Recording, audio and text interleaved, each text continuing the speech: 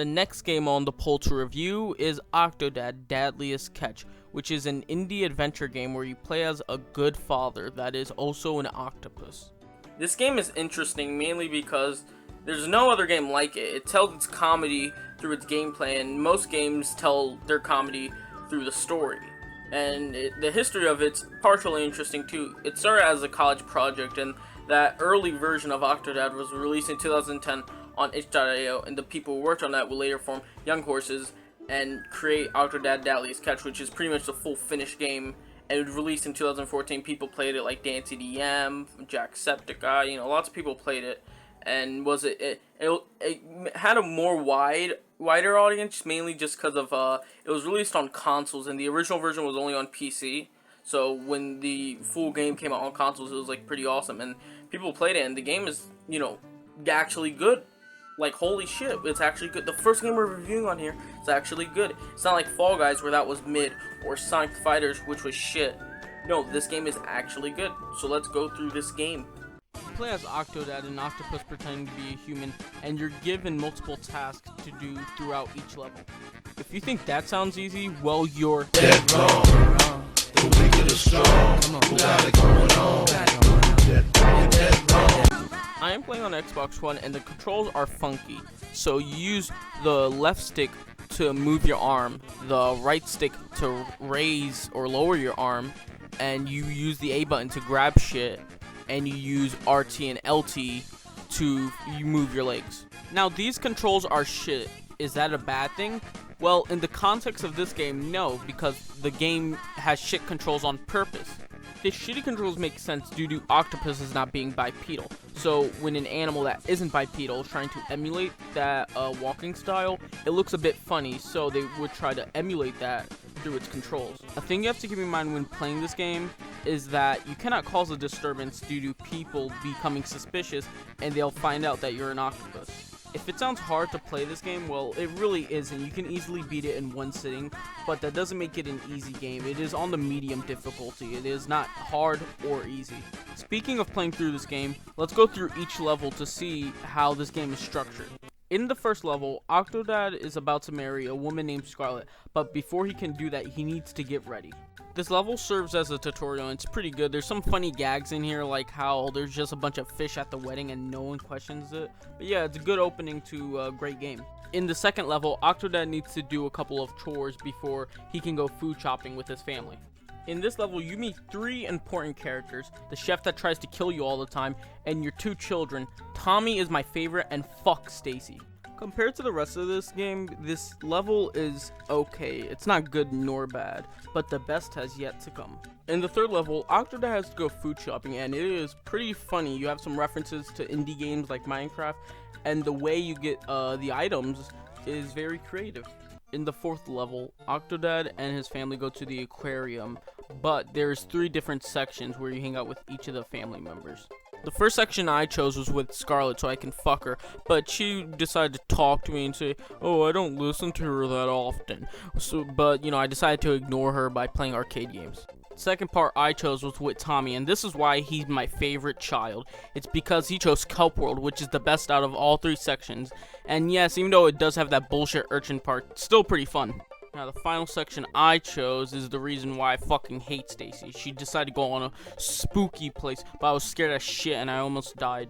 After you get done all 3 sections, you have to meet up with Scarlet by the fish tank. But then you realize, oh shit, that ain't Scarlet, that's a fucking watermelon. The chef shows up and he's all like, how you feeling? I'm great. I feel fantastic since we broke up. I feel awesome!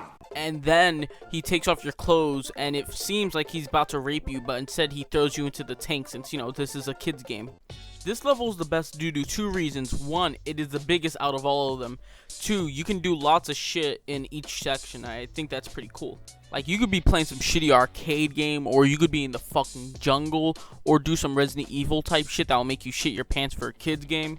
This is the greatest level in the whole game, but that doesn't mean later levels are bad. They're just not as good as this one. When I think of this game, I think of this level, and it's such a good example of what you should expect from this game. Now, the next level is pretty much the origin of Octodad. Octodad becomes a stowaway, but he doesn't want to get exposed, so he disguises himself as a ship worker and later captain. At the end of this level, you get to meet your lifelong lover and your lifelong enemy, Scarlet and the chef. This level is great, especially in the beginning where it takes full advantage of the game's stealth aspect. This level's a bit different just because it doesn't use stealth whatsoever. This part is not bad nor good. It is very forgettable just because it kind of takes you off track of the original gameplay style. This level is pretty much the ending portion of City Escape in Sonic Adventure 2.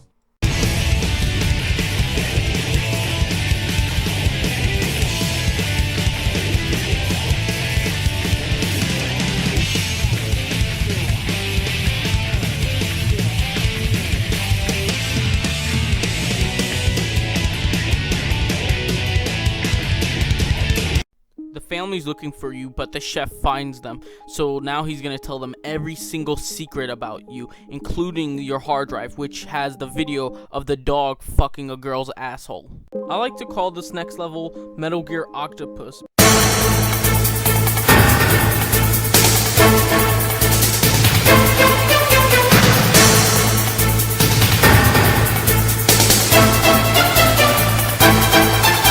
Mainly because it takes advantage of the stealth aspect throughout the whole entire level. This level's great, and it's also challenging, especially when you're trying to get by the scientists, because if they see your face, you're dead meat. In the next level, Octodad arrives butt-ass naked to save his whole family. There is no final boss fight, it is just more of you just trying to calm down the chef. Octodad decides to make peace with the enemy, and Tommy asks how the hell does mom fuck an octopus, and the game ends. In my opinion, this is a good conclusion to a great game. And speaking of conclusions, now in conclusion, should you buy this game? Fuck yeah, like it's a fun game. Now for newer players, it might sound challenging, but you'll get the hang of it. Like I remember me, like I thought it was hard as fuck at first, but you know, I got easily, smoothened into it. But yeah, this game is really good. It's $15. It's on Nintendo Switch, Xbox One, PS4, and a PC, so you can get it like all on that shit. So yeah, you should get this game. It's really funny. There's lots of gags that you'll laugh at. But yeah, this is a good game. Oh yeah, I have a theory. You want to hear my theory? Scarlet is a bitch ass motherfucking whore. How the fuck? You see those kids? You see those kids? You see those kids look nothing like Octodad. She is a cheating whore. Hi, I am Solid Octopus, and in celebration of Julio getting over 100 subs, we are gonna start a Discord server, and if you don't join it, I'm gonna make tentacle porn with your mother.